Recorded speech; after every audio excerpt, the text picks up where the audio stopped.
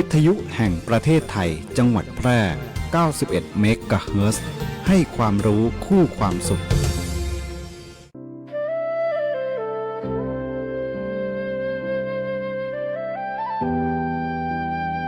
เสด็จสู่สวรรคาลัย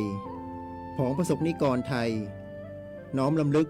ในพระมหากรุณาธิคุณตราบนิจนิรันดร์ข้าพุทธเจ้านายภูมิกิติพิมพันธ์ผู้พิพากษาหัวหน้าศาลจังหวัดแพร่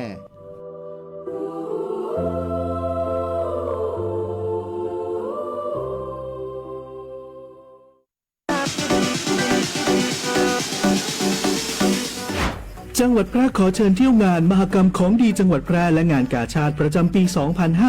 2568 ในชื่องานอวดของดีบ้านฉันระหว่างวันที่ 1-10 ธันวาคม 2568 ณ สนามกีฬาองค์การบริหารส่วนจังหวัดแพร่ภายในงานพบกับนิทรรศการผลงานจากทุกภาคส่วนการออกร้านของดีเมืองแพร่การออกสลากกาชาดการกุศลพร้อมชมความงดงามของงานสีสันสวนสวยเมืองแพร่ Colorful Garden in แพร่ 2025 และงานมหกรรมไฟล้านดวงไฮไลท์สำคัญการประกวดนางสาวแพร่ตำนานความงามที่หวนคืนเวทีอีกครั้งอย่างยิ่งใหญ่เชิญร่วมสัมผัสเสน่ห์เมืองแพร่ในมิติใหม่ตลอด10 วัน 10 คืนแห่งความสุขในงานมหกรรมของดีจังหวัดแพร่และงานกาชาดประจำปี 2568 ทำไมท่านต้องโทร 1669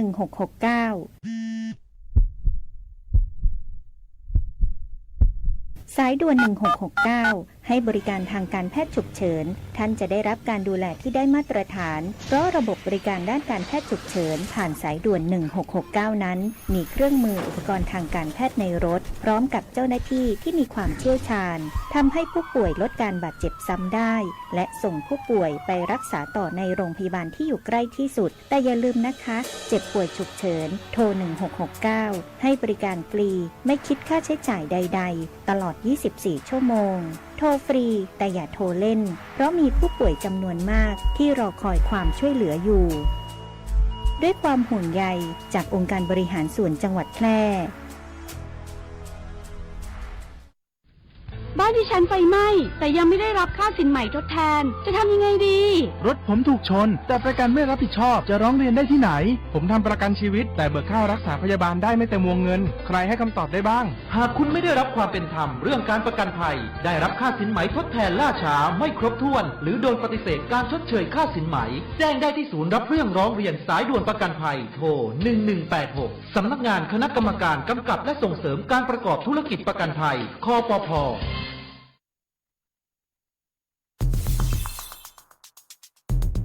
แค่ 3 ปีความเสียหายจากอาชญากรรมไซเบอร์ของคนไทยพุ่งทะลุถึง 94,000 ล้านบาทหรือเฉลี่ยปีละ 30,000 ล้านบาททุก1 ชั่วโมงเราเสียเงินกว่า 3.4 ล้านบาทให้กับมิจฉาชีพออนไลน์โจรไม่เห็นใจคนอาชีพไหนอายุเท่าไหร่สถานะทางการเงินแบบใดหมอพ่อค้านักธุรกิจนักเรียนแม่บ้านข้าราชการเกษียณทุกคนตกเป็นเหยื่อได้เสมอและวันหนึ่งอาจเป็นคุณหรือคนที่คุณรักเพราะจุดอ่อนร่วมของเหยื่อคือความเร่งรีบขาดสติหรือแม้แต่บางครั้งก็เกิดความโลภจนเกินไปอย่าปล่อยให้การกดคลิกเดียวลิงก์เดียวทำให้โจรยิ้มกว้างวันนี้ถึงเวลาแล้วที่คนไทยทุกคนจะต้องร่วมมือกันสร้างภูมิคุ้มกันอาชญากรรมไซเบอร์ช่วยกันหยุดก่อนที่ภัยไซเบอร์จะทำให้คนที่คุณรักและตัวคุณเองกลายเป็นเหยื่อ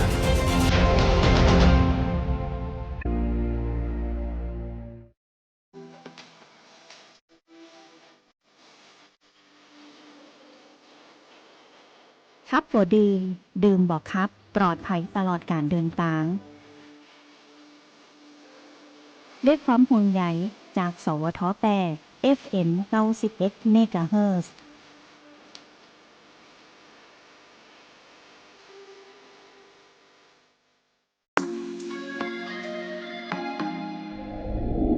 คุณกำลังฟังสวทแพร่ FM 91 เมกะเฮิรตซ์ให้ความรู้คู่ความสุข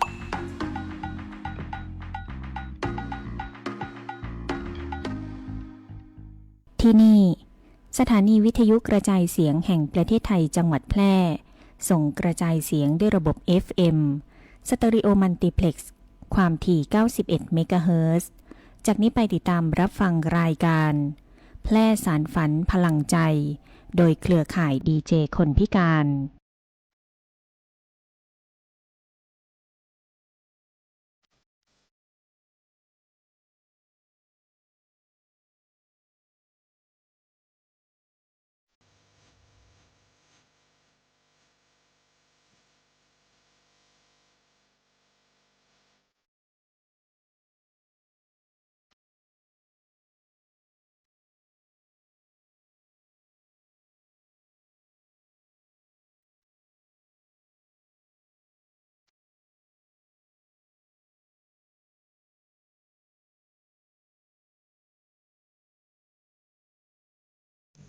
เจ้าสวัสดีเจ้ามาแล้วเจ้าสวัสดีทุกคนทุกท่านนะเจ้าสวัสดีคุณผู้ชมคุณผู้ฟังตีเคารพฮักและคิดถึงทุกท่านนะเจ้ายินดีต้อนรับคุณผู้ฟังเข้าสู่รายการแพร่สารฝันพลังใจนะเจ้าทุกวันเสาร์กับวันอาทิตย์เวลาดี 15:10 นาทีถึง 16 นาฬิกานะเจ้ารายการแพร่สารฝันพลังใจออกอากาศรับชมรับฟังได้หลากหลายช่องทางนะเจ้าคุณผู้ฟังทั้งคืนวิทยุออนแอร์ออนไลน์คืน91เมกะเฮิรตซ์วิทยุสวท8นะเจ้ามีพร้อมทั้งไลน์เฟซบุ๊กตัวนะเจ้าคุณผู้ชมคุณผู้ฟังวันนี้เฮามาพบมาปะกันตรงกับวันอาทิตย์ที่23พฤศจิกายน2568นะเจ้าตอนนี้คุณผู้ชมคุณผู้ฟังรับฟังอยู่ที่ไหนต่างใดพ่องเจ้าสามารถส่งข้อความทักทายเข้ามาได้เลยนะเจ้าว่าทางบ้านคุณผู้ฟังสภาพอากาศเป็นจะได้พองลมหนาวเย็นก็เจ้าคลื่นฟังฮับชัดเจนดีก็เจ้าเป็นประจำเช่นเคยนะเจ้าคุณผู้ชมคุณผู้ฟังถ้าหากคุณผู้ฟังชื่นชอบเพลงหยังหลังไม้แนะนำเข้ามาได้เลยนะเจ้า054-523-516นะเจ้าโดยมีข้าเจ้าจำนงชัยพงพิทักษ์ทำหน้าที่มาอยู่เป็นเพื่อนคุณผู้ฟังมาพร้อมกับคุณมะยุรีเขียใจนะเจ้าสวัสดีเจ้าวันนี้ก็เขาก็มีหลายข่าวเจ้าเนาะที่จะมาโอ้กับทุกท่านนะครับฟังกันก็จะเป็นข่าวเกี่ยวกับเมาไม่ขับนะแล้วก็เป็นข่าวของพม.นะเจ้าเนาะพัฒนาการสังคมและความมั่นคงของมนุษย์นะเจ้าเนาะแล้วก็แถมหลายๆข่าวเนาะเกี่ยวกับข่าวคนพิการคนป้าจำนงบทก็จะได้เอามาอู้ให้กับทุกท่านนะครับฟังกันนะเจ้าพนงกับปารีก็คิดถึงมิตรฮักแฟนรายการมั่งๆนะเจ้าเพราะว่า1อาทิตย์นี้เขาก็มาพบมาเจอกันในวันหยุดพักผ่อนนี่นะเจ้าคุณผู้ชมคุณผู้ฟังก็จะนำข่าวสารสาระน่ารู้มาฝากคุณผู้ชมคุณผู้ฟังนะเจ้าคุณผู้ฟังก็เขาไม่อยู่เป็นเปี้ยนกันในยามบ่ายคลายเส้นนี่นะเจ้าคุณผู้ฟังเนาะเจ้าเขาก็จะมีข่าวสารสาระดีๆมีประโยชน์มาฝากคุณผู้ฟังนะเจ้าวันนี้ก็สามารถทักทายเข้ามาได้นะเจ้าเพราะว่าตั้งรายการของเขาออกอากาศออนแอร์ถ่ายทอดสดเลยนะเจ้าเนาะเขาก็จะนำสาระดีๆมาฝากคุณผู้ฟังนะเจ้าวันนี้ก็มีทักแฟนรายการของเขาเป็นแนะนำเพลงกันเข้ามานะเจ้าคุณผู้ฟังกำเดียวเขาไปฮับฟังเพลงกันแล้วก็มาติดตามข่าวสารสาระน่ารู้กันนะเจ้าคุณผู้ฟังเจ้า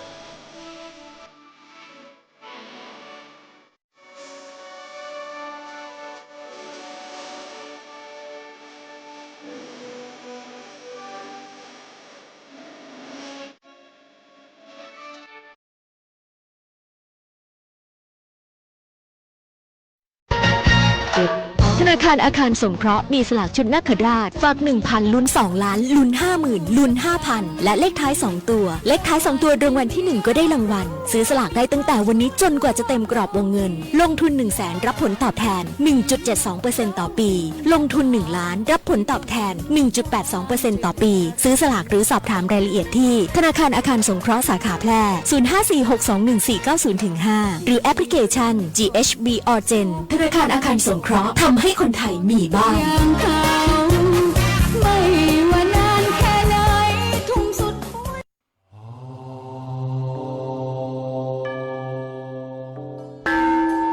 จังหวัดแพร่ขอเชิญสร้างบารมีเสริมมงคลชีวิตตามเส้นทางท่องเที่ยวนมัสการพระธาตุพันปีสักการะพระธาตุช่อแฮพระธาตุดอยเล็งพระธาตุสิงหอุตรนครพระธาตุสีชุมพระธาตุหลวงชัยช้างค้ำพระธาตุหัวควงพระธาตุปงสนุกพระธาตุพระร่วงพระธาตุปูแจพระธาตุแหลมลี่พระธาตุขวยปูพระธาตุจอมแจ้งพระธาตุเนิ้งพระธาตุไหสร้อยและพระธาตุห้วยอ้อสายมูห้ามพลาดไปเคาะระฆังให้ดังระเบิดให้ชีวิตสุดบันเจิดปังปังปังสาธุเที่ยวแพร่เที่ยวสนุกได้ความสุขทุกฤดูคนแพร่นี้ใจงาม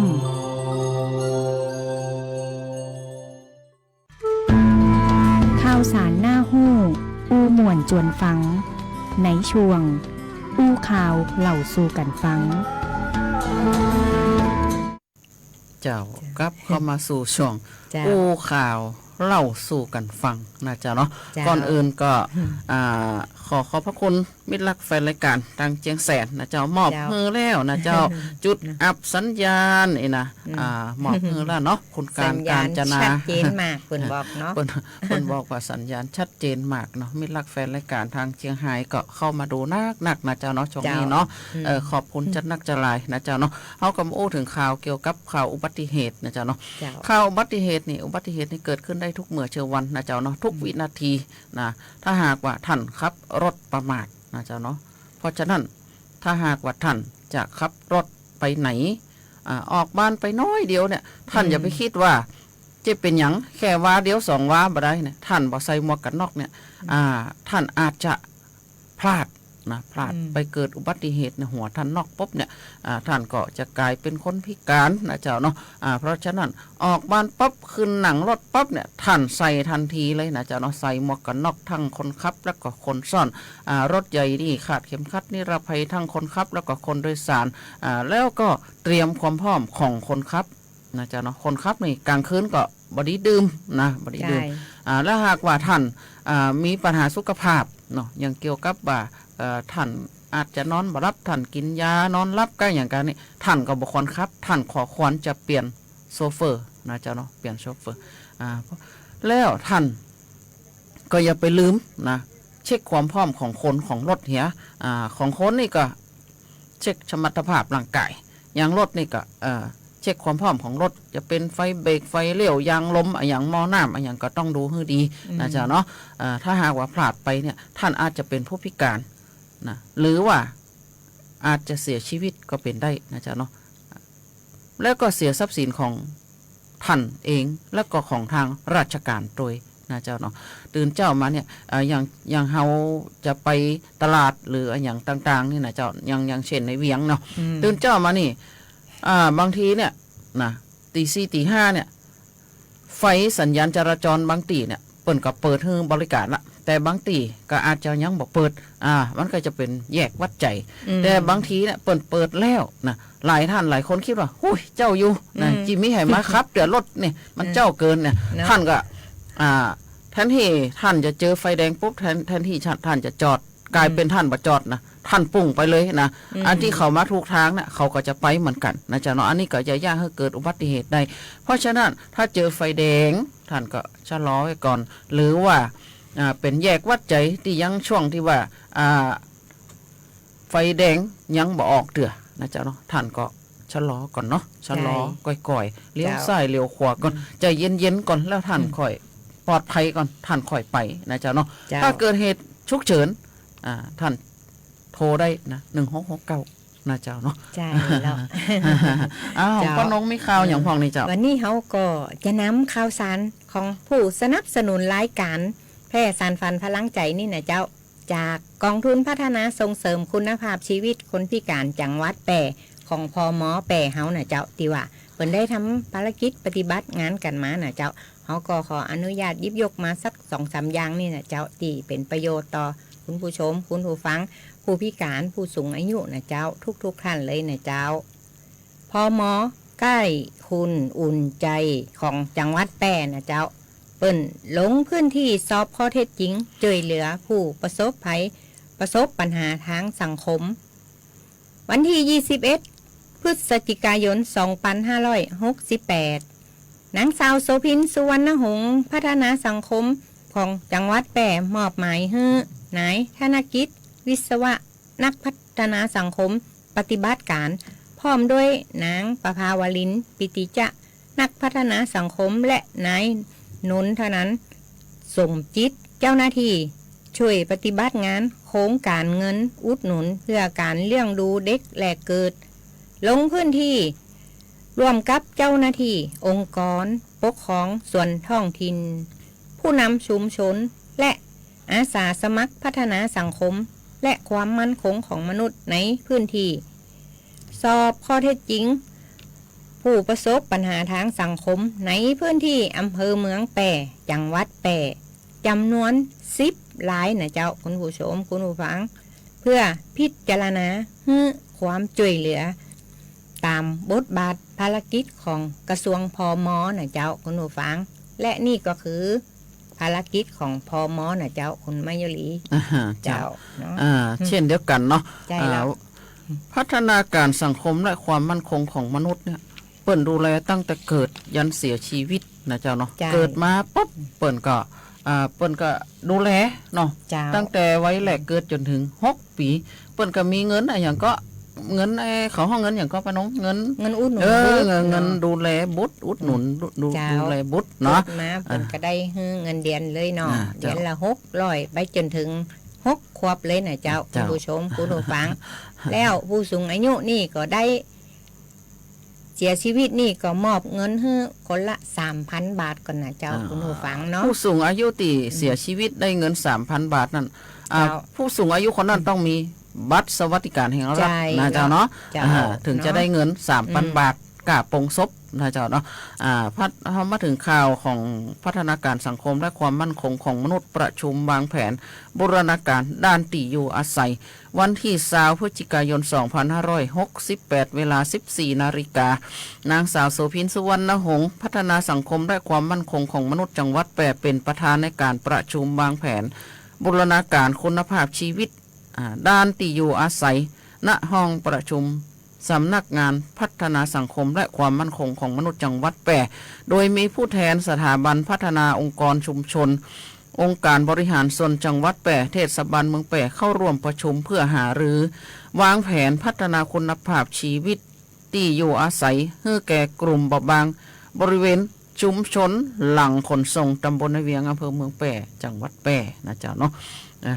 อันนี้ก็เป็นสิ่งที่ดีๆที่กลุ่มเบาบางท่านจะได้มีที่อยู่อาศัยนะเจ้าเนาะก็เบรกฟังเพลงก่อนก็ว่าจะได้เจ้าคุณผู้ชมคุณผู้ฟังอยู่ตั้งบ้านเป็นจะได้พองสามารถส่งข้อความทักทายมาได้นะเจ้าว่าตั้งบ้านคุณผู้ฟังอากาศหนาวก็เจ้า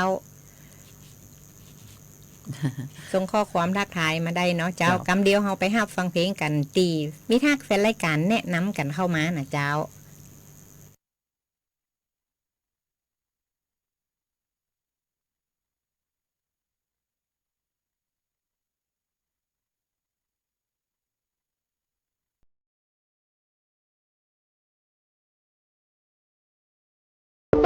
แล้วไม่เคยคื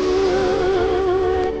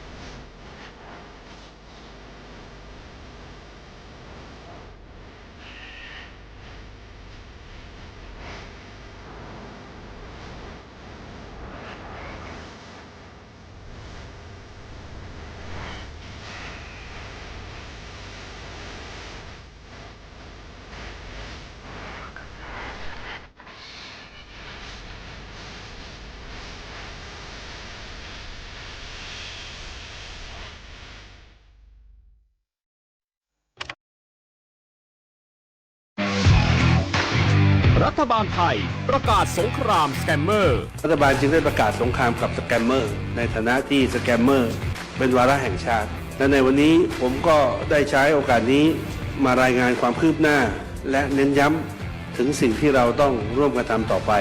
รัฐบาลได้จัดตั้งคณะกรรมการอำนวยการป้องกันและปราบปรามอาชญากรรมทางเทคโนโลยีขึ้นมาโดยมีผมเป็นประธานด้วยตนเองเพื่อให้ทุกหน่วยงานทำงานไปในทิศทางเดียวกันเราได้มีการลงนามบันทึกความเข้าใจระหว่าง 15 หน่วยงานหลักทั้งภาครัฐและภาคเอกชนตลอดจนสถาบันการเงินเพื่ออุดช่องโหว่ทางการเงินและตัดเส้นทางเงินของกระบวนการอาชญากรรมเหล่านี้ให้สิ้นซากรวมพลังคนไทยต้านภัยสแกมเมอร์นายอนุทินชาญวีรกูลนายกรัฐมนตรี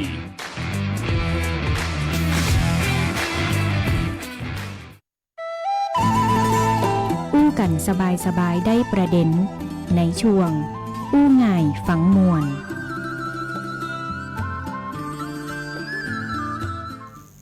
เจ้า มาเข้าสู่ช่วงโอ้ง่ายฟังม่วนหมอบเพื่อแล้วเนอเจ้าคุณป้าอำพันธ์บ้านนาหลวงนะสายน้ำไม่ไหลกลับของแม่วงจันทร์ไพโรจน์นะที่เปิ้นขอมาทางหน้า Facebook นะเจ้าเนาะเป็นรายการประจำเจ้าอันนี้เขาก็จะมีข่าวของ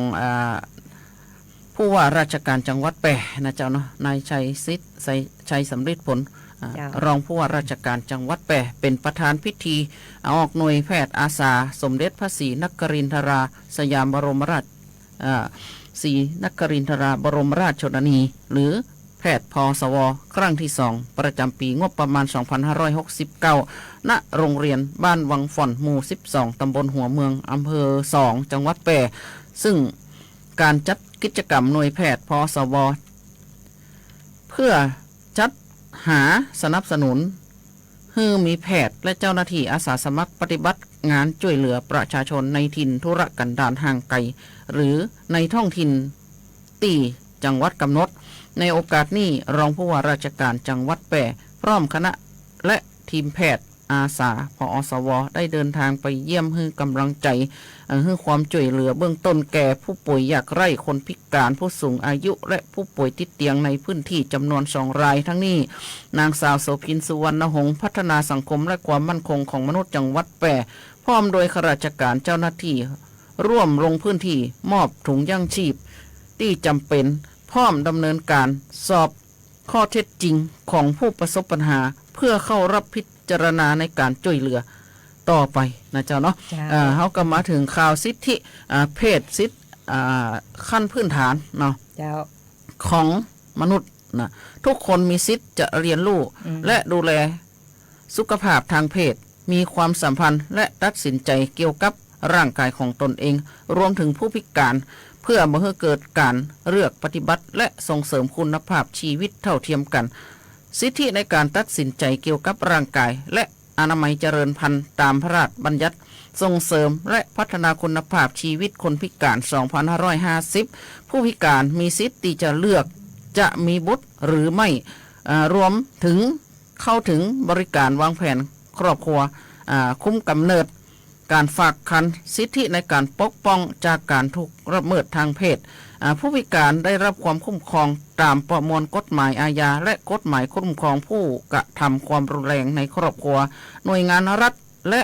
กระทรวงพัฒนาสังคมและความมั่นคงของมนุษย์มีสายบริการ1300เพื่อช่วยเหลือผู้ถูกละเมิดสิทธิในการมีคู่ครองและครอบครัวสามารถแต่งงานจดทะเบียนสมรสและมีบุตรได้ตามกฎหมายโดยได้รับการคุ้มครองจากรัฐเช่นเดียวกับบุคคลทั่วไปสิทธิในการเข้าถึงบริการสุขภาพทางเพศสำนักงานหลักประกันสุขภาพแห่งชาติกำหนดให้ผู้พิการสามารถใช้สิทธิบัตรทองในการเข้าถึงบริการตรวจรักษาโรคติดต่อทางเพศสัมพันธ์การตรวจมะเร็งปากมดลูกและบริการที่เกี่ยวข้องกับสุขภาพทางเพศได้นะเจ้าเนาะเจ้าอันนี้เป็นสิทธิของผู้พิการนะเจ้าเนาะเปิดมีสิทธิเท่าเทียมกันกับหมู่เฮาเนี่ยแม่นแล้วเนาะเจ้าวันนี้เขาก็จะมาติดตามเพราะว่าณปัจจุบันวันนี้ปี2568นี่นะเจ้าคนพิการในจังหวัดแปรมีเยอะกอมีกี่คน สถิติและสถานการณ์คนพิการในจังหวัดแปร่ผลสรุปข้อมูลณวันที่30 กันยายน 2568 คนพิการในจังหวัดแปร่มีกี่คนแบ่งเป็นเพศชายมี 11,976 คนนับเป็นเปอร์เซ็นต์มี 48.95% นะเจ้าแบ่งเป็นเพศหญิงมี 12,490 คนคิดเป็นเปอร์เซ็นต์ 51.05% นะเจ้าคุณผู้ฟังแล้วจำแนกอายุ60 ปีขึ้นไปมีคนพิการ 17,443 คนอายุ15 ปีถึง59มี 6,609 คนอายุ6 ขวบถึง15มี364 คนอายุ0 ถึง 6 ปีมี50 คนนะเจ้าคุณผู้ฟังแล้วประเภทความพิการ 1. พิการทางการเห็นมี986 คน 2. ความพิการทางการได้ยินหรือสื่อความหมายมี 3,236 คน 3. ความพิการทางการเคลื่อนไหวหรือร่างกายมี 16,909 คนนะเจ้า 4. ความพิการทางจิตใจหรือพฤติกรรมมี 1,209 คน 5. ความพิการทางสติปัญญามี 1,354 คน 6. ความพิการทางการเรียนรู้มี113 คน 7. ความพิการทางออทิสติกมี179 คนสุดท้ายความพิการซ้ำซ้อนมี480 คนนะเจ้าคุณผู้ฟังรวมทั้งหมดคนพิการในจังหวัดแปร่มี 24,466 คนนะเจ้าคุณมายุรีคุณผู้ฟังเจ้า แล้วจาก8อำเภอของจังหวัดแปร่นี่นะคนพิการอำเภออย่างติว่ามีนักกว่าหมู่นะเจ้าคุณผู้ฟังเนาะ 1. อำเภอเมืองมี 5,050 คน 2. อำเภอสุเมน 4,168 คน 3. อำเภอเด่นใจ 3,071 คน 4. อำเภอ2,984 คน 5. อำเภอวังจิ้นมี 2,978 คน 6. อำเภอหลองมี 2,518 คน 7. อำเภอล่องกวางมี 2,397 คน 8. อำเภอหนองม่วงไข่มี 1,297 คนนะเจ้ารวมทั้ง8อำเภอของจังหวัดแปร่ก็มีคนพิการ 24,466 คนนะเจ้าคุณผู้ชมคุณผู้ฟังคุณมายุรีเนาะท่านจะสังเกตได้ว่าที่คุณป้าจำนงปนอูมาถึงหมดเนี่ยความพิการทางการเคลื่อนไหวเนี่ยนักที่สุดนะส่วนหนึ่งก็มาจากการเกิดอุบัติเหตุนี่นะเจ้าเนาะเพราะฉะนั้นการจะที่ท่านจะดื่มจะกินเรื่องการขับรถขับรางท่านก็ถ้าดื่มแล้วก็บอดีครับนะเจ้าเนาะบอดีครับมันเป็นสาเหตุหนึ่งที่เนี่ยคือท่านเป็นผู้พิการนะเจ้าเนาะเมื่อท่านประสบอุบัติเหตุปุ๊บนะท่านก็จะเสียโอกาสในการทำงานเสียโอกาสในการเรียนหนังสือนะเจ้าเนาะเพราะฉะนั้นชีวิตของท่านมีกาจะขึ้นรถขับรถเครื่องรถมอเตอร์ไซค์ข้างใดท่านก็ใส่หมวกกันน็อกเหียนะบอดีดื่มก้อยๆครับเนาะเดี๋ยวมันก็ถึงนะขับรถใหญ่ท่านก็ขัดเข็มขัดนิรภัยทั้งคนขับและคนโดยสารนะเจ้าเนาะแล้วก็ตั้งสติให้ดีนะเจ้าเนาะถ้าหากว่ารถของท่านมีปัญหายังจะเป็นยางล้มก็ดีหรือว่าไฟเลี้ยวไฟเบรกก็ดีไฟเลี้ยวเนี่ยไฟเลี้ยวหรือว่าไฟเบรกเนี่ยมันเป็นสื่อความหมายทางด้านจิตใจหรือว่าหูตาของท่านเนี่ยท่านจะเลี้ยวซ้ายเนาะถ้าหากว่าท่านบอกมีสัญญาณไฟทางซ้ายเนี่ย ท่านก็บ่สามารถจะบอกให้คนอื่นเขาห้ามผู้ได้นะบางครั้งคนที่มาตั้งหลังหรือมาตั้งหน้าเนี่ยท่านจะเลี้ยวซ้ายท่านจะต้องตบไฟซ้ายไฟตั้งซ้ายละเขาจะโห่ทันทีเลยว่าท่านจะเลี้ยวซ้ายนะเจ้าเนาะเพราะฉะนั้นท่านก็เตรียมนะเช็คความพร้อมของรถท่านเนี่ยเนาะจ้าเนาะทางรายการแพทย์สารฝันพลังใจก็ขอขอบคุณข้อมูลข่าวสารจากศูนย์บริการคนพิการจังหวัดแปรไว้ณโอกาสนี้ตัวไหนเจ้าที่ว่าเปิ่นไปสำรวจมาเนาะเจ้าในช่วงนี้นะอากาศก็ยังคงหนาวเย็นอยู่นะเนาะตอนเจ้านี่นะเจ้าคุณผู้ฟังเนาะอากาศเปลี่ยนแปลงเฮาก็มาใส่ใจในเรื่องสุขภาพมากขึ้นนะเจ้าคุณมายุรีเนาะในช่วงอากาศกำลังสู่ฤดูหนาวอากาศเย็นๆนี่นะเจ้าโอกาสที่ว่าจะเป็นไข้หวัดใหญ่มันติดกันง่ายนะเจ้าเนาะคุณผู้ฟังเนาะฉะนั้นแล้วเขาก็มาสร้างภูมิคุ้มกันในการกินน้ำอุ่นเนาะคุณมายุรีเนาะเจ้าน้ำเย็นเขาก็บอกกินเนาะโดยเฉพาะผู้สูงอายุผู้พิการผู้ป่วยติดเตียงเด็กๆอย่างนี้นะเจ้าเนาะเขาก็รักษาดูแลสุขภาพเพื่อกินอาหารอุ่นๆห้อนๆกินผักผลไม้เยอะๆกินวิตามินซีเนาะกินส้มกินแอปเปิ้ลกินฝรั่งเนาะจะช่วยเสริมสร้างภูมิคุ้มกันร่างกายแข็งแรงได้นะเจ้าเนาะคุณไม่แล้วก็ออกกำลังกายนะเจ้าเนาะบางท่านบางคนก็จะถามว่าผมพิการผมจะออกกำลังกายได้จะได้นะเจ้าเนาะออกได้ทุกคนนะเจ้าเนาะยังคนเฒ่าผู้สูงอายุหรือว่าผู้พิการที่เดินไปไหนไกลบ่ได้เฮายืนขึ้นนะเจ้าคุณผู้ฟังยืนขึ้นตรงๆเขาก็ขยเยงเท้าเอาก็ได้นะเจ้ายืนขยเยงเท้านับได้นักต่อใดก็ดีต่ออันนะเจ้าที่ว่าเขาสามารถทำได้นี่นะเจ้าบ่จำเป็นต้องว่าเดินไปไหนไกลนะเจ้า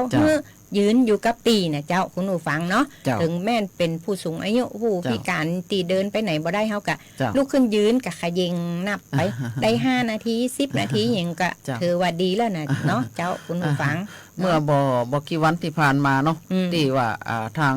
ผู้พิการเนาะหลายๆคนเนาะเปิ้นก็ได้ไปเล่นกีฬาผู้พิการที่จังหวัดเชียงรายเนาะเปิ้นก็จะมีการแนะทักษะในการออกกำลังกายให้กับผู้พิการเนาะท่านพิการแบบนี้เขาก็จะสอนให้ท่านออกกำลังกายแบบนี้นะเจ้าเนาะเพราะฉะนั้นพิการทุกอย่างออกกำลังกายได้หมดนะเจ้าเนาะใช่แล้วเนาะเจ้าช่วงนี้เดี๋ยวเราไปเบรกฟังเพลงกันสักกำก่อนเนาะเจ้าเดี๋ยวเรามาติดตามในช่วงนาสาระสุดท้ายรายการนะเจ้าคุณผู้ฟังรับฟังเพลงกันก่อนเจ้า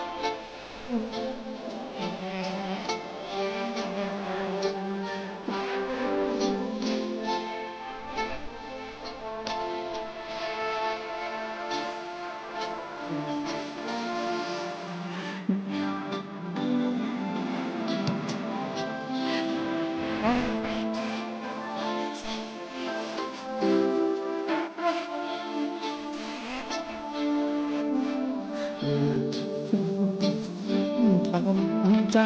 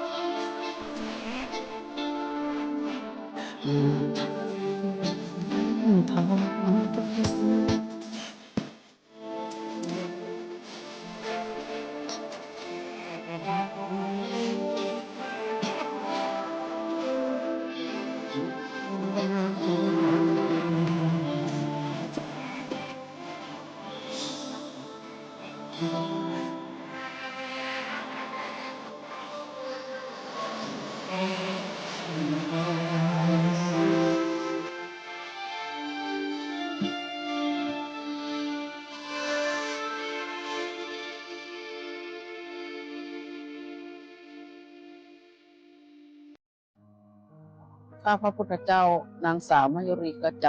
จากจังหวัดแปร่รู้สึกเสียใจอย่างสุดซึ้งที่เสียแม่หลวงของปวงชนชาวไทยเฮาไป และก็จะได้นำพระราชดำรัสที่แม่หลวงปวงชนชาวไทยเฮาได้ทรงสอนไว้